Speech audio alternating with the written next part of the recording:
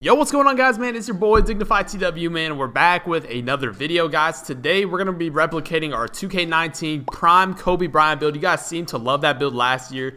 Now with this build, the key thing I'm trying to change, I want to kind of keep the same play style as last year, because you guys know that build at 99 was insane. But this year, everything kind of plays different with these pie charts, the physical profiles, all that kind of stuff like that. So you can see right here, I'm reading through the pie charts. In my opinion, this is the best thing for everything. I went ahead and decided to go down everything right there. You can see some of these are pretty good, but then you're not able to shoot. You guys know how important shooting is on NBA 2K20 or 19 and 2K in general. Shooting is one of the most important things you can have. So you can see right there, I went ahead and did the same thing I actually did for my post scoring build, because I think the shooting and athletic finishing is probably the best. If you're not like a pure playmaking type build, that's definitely a build and kind of pie chart that you want to kind of lean towards the most.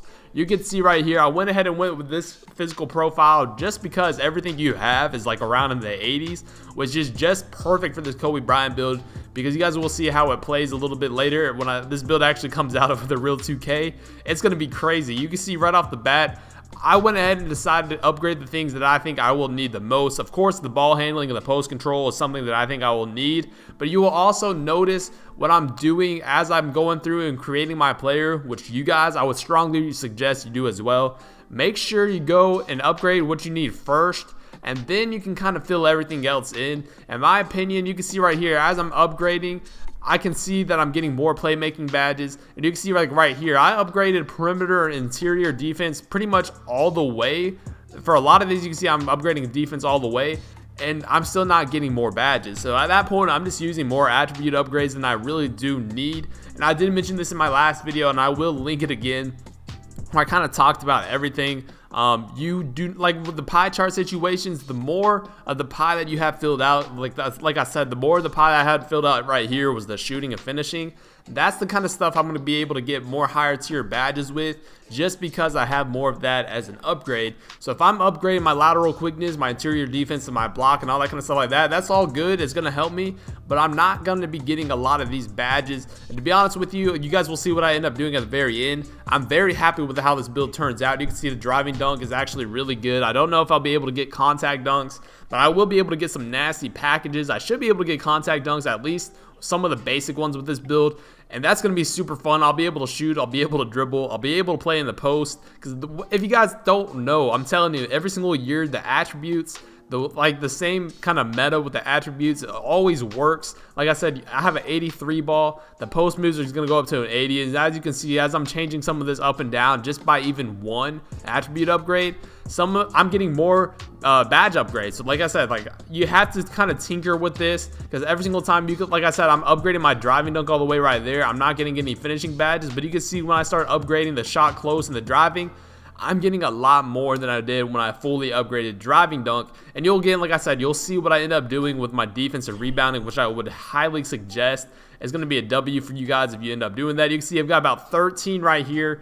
I haven't upgraded my rebounding, and I haven't upgraded a lot of my blocks or my steals. But in my opinion, guys, let me know what you think. I think with guard builds, upgrading rebounding is a waste. But look, I upgrade the rest of this with block, and I'm able to get 4 of these defensive badges now. Right here, I could have gone 6'6", you know, that's exactly what Kobe is. But if I go ahead and go 6'6", I'm missing the 1 on the 3-point. And to be honest with you, I don't know if 1 3-point really matters that much, but I just went ahead and decided to go 6'5". You could probably go 6'6" and be safe. I just went 6'5". You can see I do 215 pounds just because my interior defense goes up a little bit without anything else going down too much. Like I said, I think this is good for a guard build, because you don't really need the interior defense as much. Since you're 6'5" or 6'6", like I said, you could go either way. You're going to be going against a lot of these smaller guards. They're about 6'3", 6'4", probably even shorter than that in some cases. So you'll be able to do all the post moves you need. You'll be able to dribble and shoot and create enough space with the badges that you have, and I will show you guys that here in a minute, to be able to dominate. And you can see right there, guys, you have so many different upgrades that you can do for the takeover. That's how you know how versatile this build can be. You know, that's exactly how you know it's going to be a dominant offensive build. When you have slasher, shot creator, playmaking, and sharpshooting takeover, you already know it's OP, and I would definitely suggest you guys go ahead and do shot creating takeover from the majority of it, just because that's going to be able to upgrade your ball handling and takeover and all that kind of stuff like that, and it's going to be able to help you shoot a lot more.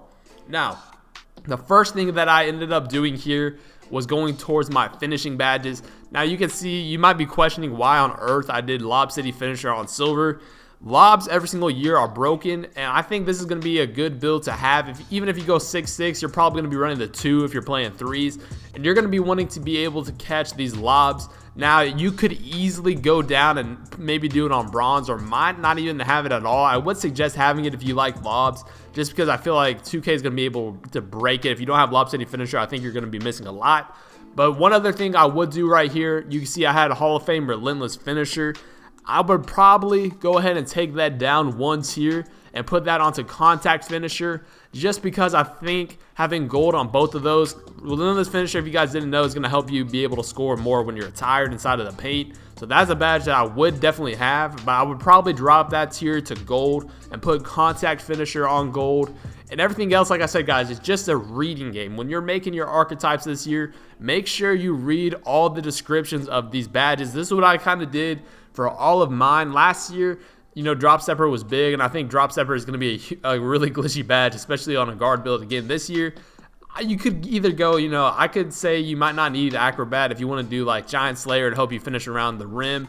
You could probably do that, but those are the badges I did go with. And I will tell you guys, I didn't get a go ahead. I forgot to put the NBA comparison in there. I didn't save it correctly, but one of the comparisons for this build, everything that I've done, is James Harden. James Harden, you guys know, probably the best offensive player in the league. So like I said, if you're trying to play offense, man, a build like this would be great. I'm sure if I made him 6'6", I'd probably get like a Michael Jordan or a Kobe Bryant comparison, but I got I think it was like Gilbert Arenas, Donovan Mitchell, and James Harden. I think that's what it was. But again, like I said, guys, if you do everything like I said, even just in the demo, it will show you guys the NBA comparison. But right here, we're going towards the shooting badges. Like I said, guys, deep fades, difficult shots, combine those two. I think I've talked about that in a previous video. Do you understand how glitchy that is? This year, hop shots include difficult shots and deep fades. So imagine how consistently you're able to hit with this. That's going to be glitchy. But right here, like I said, I put silver catch and shoot. You might be able to get away with just bronze, to be honest, but silver I think is a pretty happy medium. You can see right here, I'm starting to like question what I should do. I don't know if I should like I said, there's so many badges, and again, you have a lot of upgrades, but you really don't have a lot of upgrades at the same time. I don't think I put on quick draw right here, but after messing around with some of my builds, quick draw might be something that you guys would like to look into, because if you're 6'8" and above this year at a certain weight, you're not going to be able to get custom jump shots. This build is 6'5", but he's not 6'4", so he's not going to be able to get the quickest jump shots if it's the same thing like it was last year. But corner specialist, I put on bronze. I think I ended up taking away and I put it on Deadeye.